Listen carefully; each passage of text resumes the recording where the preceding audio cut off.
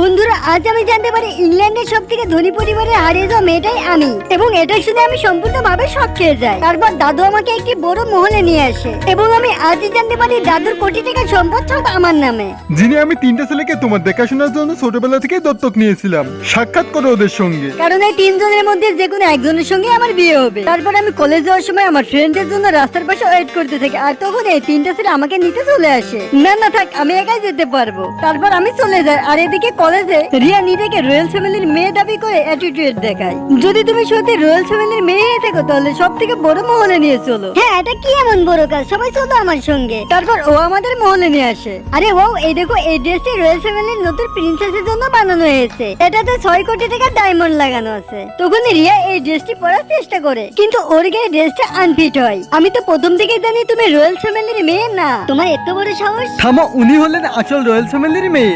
বন্ধুরা, নেক্সট পার্টে কি হলো সেটি দেখার জন্য অবশ্যই চ্যানেলটিকে সাবস্ক্রাইব করে নেক্সট পার্ট লিখে কমেন্ট করো।